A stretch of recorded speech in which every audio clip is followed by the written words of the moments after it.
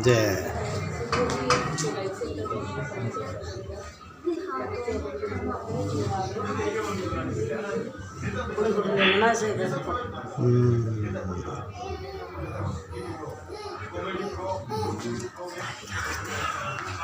सो जाते हैं अगर बना सकते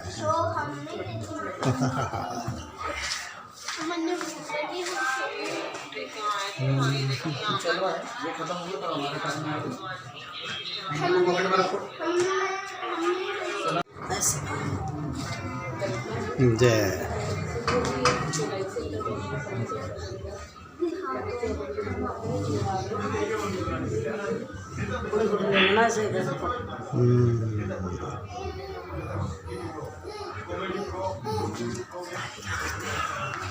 सो जाते हैं अगर बना सकते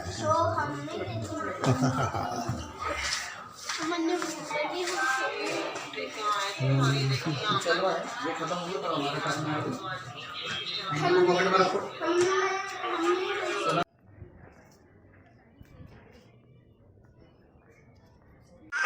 जो भारत में महाराणा योद्धा बलवान नहीं होता तो हिंदुस्तान नहीं होता। जो भारत में महाराणा योद्धा जो भारत में महाराणा योद्धा बलवान नहीं होता तो हिंदुस्तान नहीं होता। जो भारत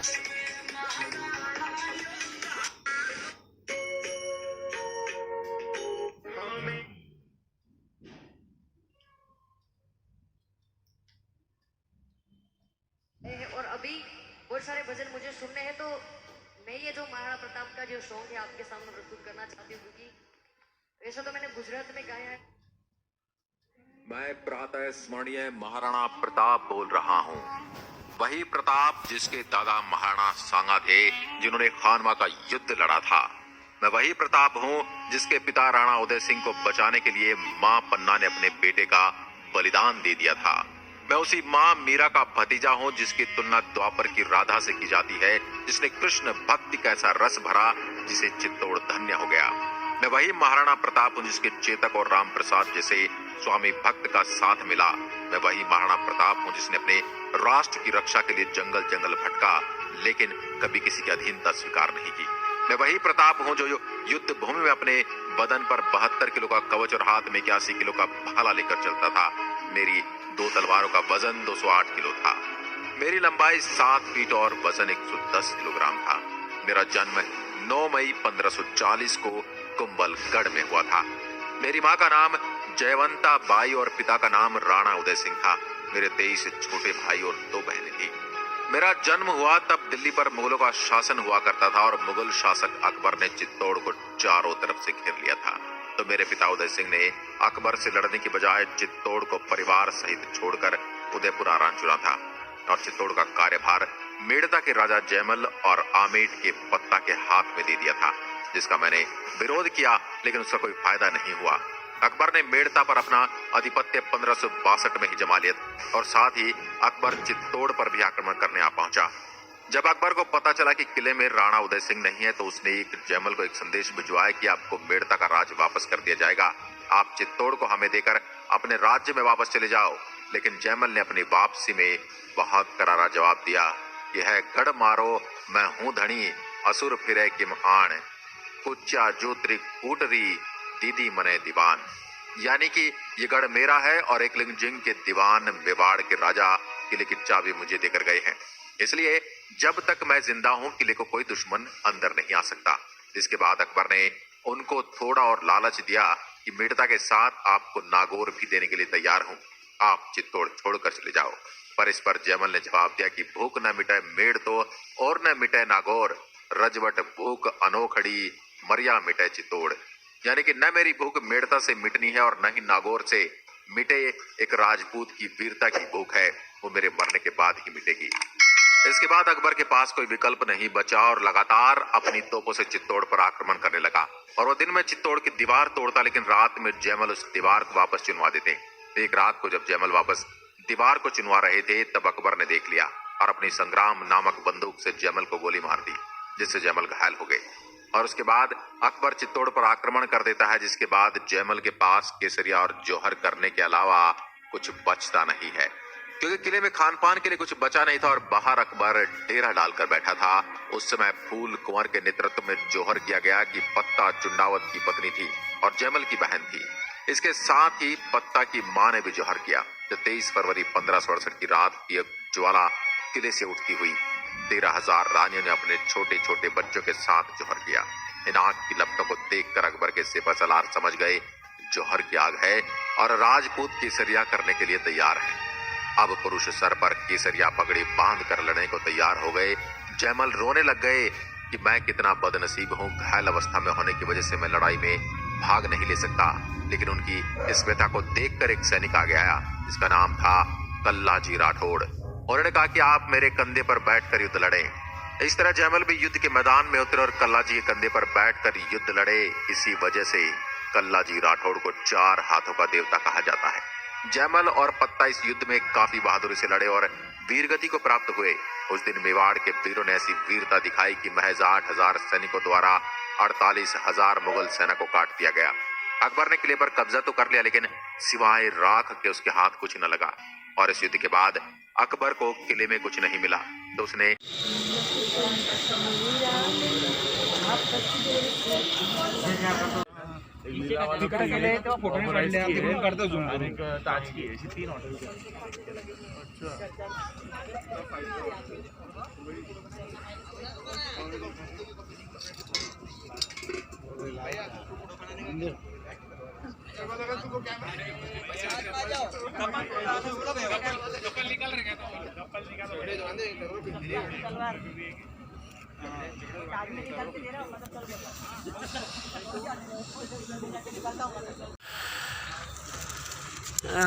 देखो पूरा उदयपुर शहर आपको दिखा देती हूँ।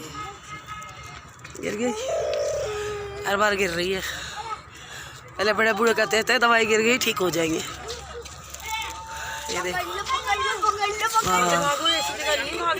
अब आपको दिखाती हूँ बैक कैमरे से।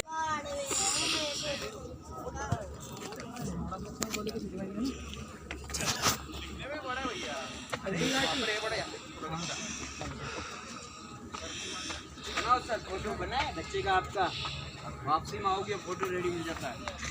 देखो टाइम वेस्ट नहीं होगा। बनाओ मैडम।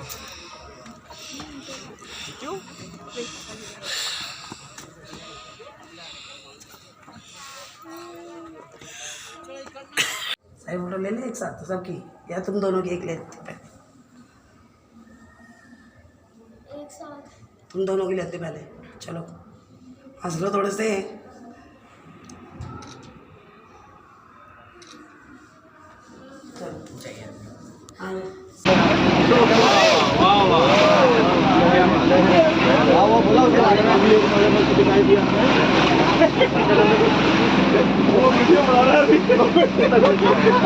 और ये हमारे एक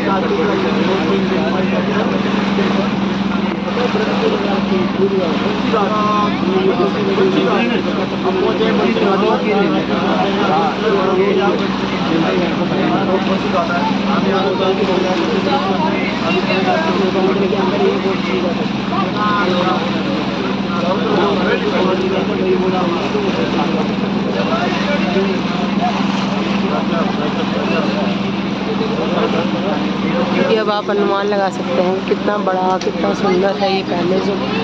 इसकी भव्यता देखते ही बनती है।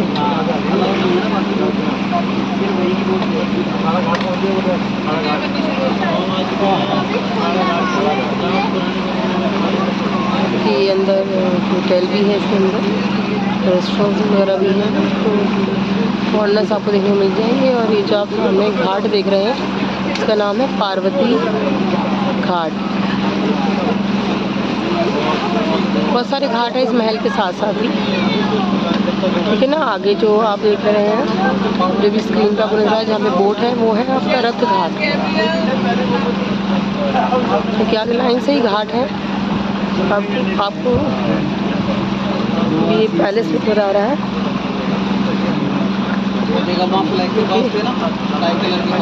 फाइव स्टार होटल है ये, ताज ग्रुप के अंडर में।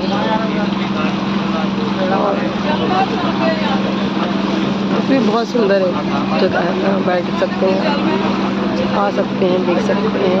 अगर आप बोट इस्तेमाल करते हैं तो आपको बड़ी आसानी से यहाँ के व्यूज़ जो है देखने को मिल जाएंगे।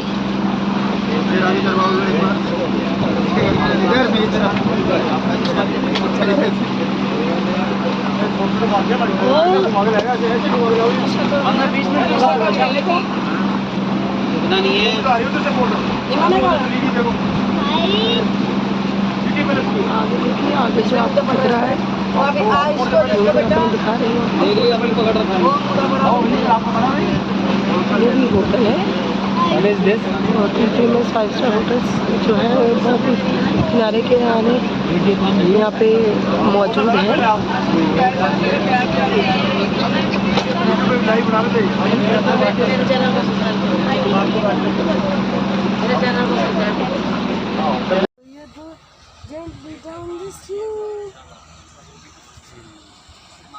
वो देखो बोट गई, बोट, वो देखो बोट, बोट गई। लड़की नहीं दिखानी, वो देखो बोट, बोट।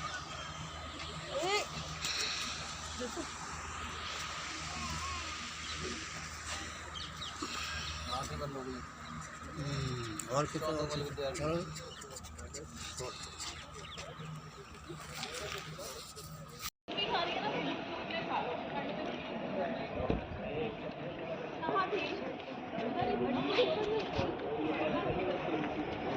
चलो भैया मत लटको।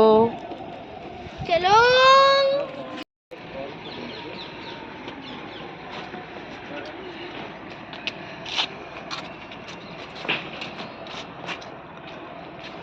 अरे गोल घूम गया पूरा।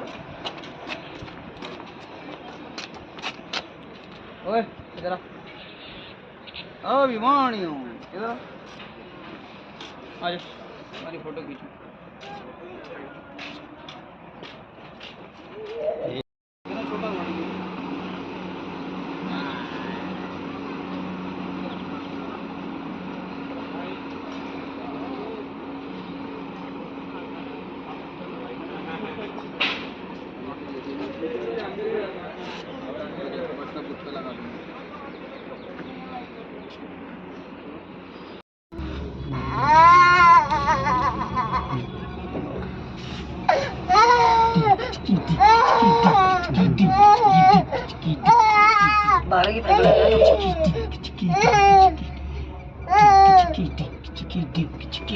वो देखो, लो देखो,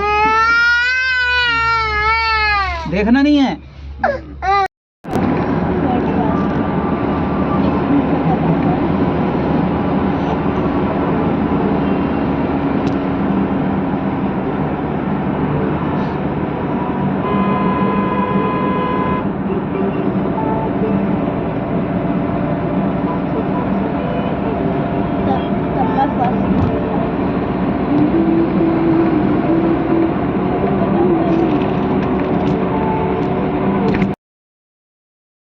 ये युद्ध केवल एक दिन का था, जो मेवाड़ के राजा महाराणा प्रताप एवं मुगल अकबर की सेना के मध्य हुआ था। इस युद्ध में अकबर स्वयं नहीं आए थे। उन्होंने आमेर जयपुर के राजा मानसिंह को अपना सेनापति बनाकर भेजा था। हल्दी घाटी का युद्ध 5 किलोमीटर लंबे और 200 मीटर चौड़े क्षेत्र में हुआ। आप लोग सभी संग्रहालय में खड़े हैं। संग्रहालय से 200 मीटर की दूरी पर चेतक की समाधि है, जहां पर महाराणा प्रताप के स्वामी भक्त घोड़े चेतक को दफनाया गया था। यहां से 2 किलोमीटर की दूरी पर हल्दी घाटी दर्रा है। इस दर्रे की विशेषता है कि यहाँ की प्राकृतिक मिट्टी व पत्थरों का रंग हल्दी जैसे पीले रंग का है। इस दर्रे के चारों तरफ महाराणा प्रताप की भील आदिवासी सेना प्राणा पूंजा के नेतृत्व में तैनात थी। ये सेना तीर, भाले, पत्थर चलाने में कुशल थी। यहाँ से 1 किलोमीटर की दूरी पर शाही बाग है, जिसमें मुगल सेना का पड़ाव था। मुगल सेना 18 जून 1576 ईस्वी को प्रातः सूर्योदय के साथ मेवाड़ की राजधानी गोविंदा की तरफ आगे बढ़ने लगी तो उन पर महाराणा प्रताप की सेनाओं ने आक्रमण किया और उनसे गोरिल्ला पद्धति से युद्ध किया। ये आक्रमण इतना तेज था कि जिससे मुगल सेना में भगदड़ मच गई। महाराणा प्रताप की सेनाओं ने मुगल सेना को यहां से 3 किलोमीटर दूर पीछे समतल क्षेत्र में जहां भी खमनोर गांव है वहां तक खदेड़ दिया। इसी खमनोर गांव के पास बनास नदी के पास समतल मैदान में 7 घंटे का भयानक युद्ध हुआ। इस युद्ध में दोनों पक्षों से कुल 18,000 सैनिक मारे गए। जब ये युद्ध समाप्त हुआ तो वहां पर मानसूनी बरसात हुई और वहां पर कटी हुई लाशें और खून ने पानी में मिलकर एक तलाई का रूप ले लिया। इतिहासकारों ने इस तलाई को रक्त तलाई का नाम दिया। इस युद्ध में ग्वालियर का एक पूरा राज परिवार जिसमें राजा रामशाह तंवर और उनके दोनों पुत्र थे शहीद हो गया। यहीं पर एक बगीचा बनाया हुआ है और जो इस युद्ध में शहीद हुए थे उनके स्मारक इसी बाग में बने हुए हैं। इस लड़ाई की विस्तृत जानकारी आपको एक फिल्म के द्वारा दी जाएगी। आप जब इस कक्ष में सब कुछ देख चुके होंगे तब ये फिल्म और लाइव साउंड शो शुरू होंगे। तब तक के लिए धन्यवाद। अब आपको ये पेंटिंग ये युद्ध केवल एक दिन का था जो मेवाड़ के राजा महाराणा प्रताप एवं मुगल अकबर की सेना के मध्य हुआ था। इस युद्ध में अकबर स्वयं नहीं आए थे। उन्होंने आमेर जयपुर के राजा मानसिंह को अपना सेनापति बनाकर भेजा था। हल्दी घाटी का युद्ध 5 किलोमीटर लंबे और 200 मीटर चौड़े क्षेत्र में हुआ। आप लोग सभी संग्रहालय में खड़े हैं। संग्रहालय से 200 मीटर की दूरी पर चेतक की समाधि है जहां पर महाराणा प्रताप के स्वामी भक्त घोड़े चेतक को दफनाया गया था। यहां से 2 किलोमीटर की दूरी पर हल्दी घाटी दर्रा है। इस दर्रे की विशेषता है कि यहाँ की प्राकृतिक मिट्टी व पत्थरों का रंग हल्दी जैसे पीले रंग का है। इस दर्रे के चारों तरफ महाराणा प्रताप की भील आदिवासी सेना प्राणा पूंजा के नेतृत्व में तैनात थी। ये सेना तीर भाले पत्थर चलाने में कुशल थी। यहाँ से 1 किलोमीटर की दूरी पर शाही बाग है जिसमें मुगल सेना का पड़ाव था। मुगल सेना 18 जून 1576 ईस्वी को प्रातः सूर्योदय के साथ मेवाड़ की राजधानी गोविंदा की तरफ आगे बढ़ने लगी तो उन पर महाराणा प्रताप की सेनाओं ने आक्रमण किया और उनसे गोरिल्ला पद्धति से युद्ध किया। ये आक्रमण इतना तेज था कि जिससे मुगल सेना में भगदड़ मच गई। महाराणा प्रताप की सेनाओं ने मुगल सेना को यहां से 3 किलोमीटर दूर पीछे समतल क्षेत्र में जहां भी खमनोर गांव है वहां तक खदेड़ दिया। इसी खमनोर गांव के पास बनास नदी के पास समतल मैदान में 7 घंटे का भयानक युद्ध हुआ। इस युद्ध में दोनों पक्षों से कुल 18,000 सैनिक मारे गए। जब ये युद्ध समाप्त हुआ तो वहां पर मानसूनी बरसात हुई और वहां पर कटी हुई लाशें और खून ने पानी में मिलकर एक तलाई का रूप ले लिया। इतिहासकारों ने इस तलाई को रक्त तलाई का नाम दिया। इस युद्ध में ग्वालियर का एक पूरा राज परिवार जिसमें राजा रामशाह तंवर और उनके दोनों पुत्र थे शहीद हो गया। यहीं पर एक बगीचा बनाया हुआ है और जो इस युद्ध में शहीद हुए थे उनके स्मारक इसी बाग में बने हुए हैं। इस लड़ाई की विस्तृत जानकारी आपको एक फिल्म के द्वारा दी जाएगी। आप जब इस कक्ष में सब कुछ देख चुके होंगे तब ये फिल्म और लाइव साउंड शो शुरू होंगे। तब तक के लिए धन्यवाद। अब आपको ये पेंटिंग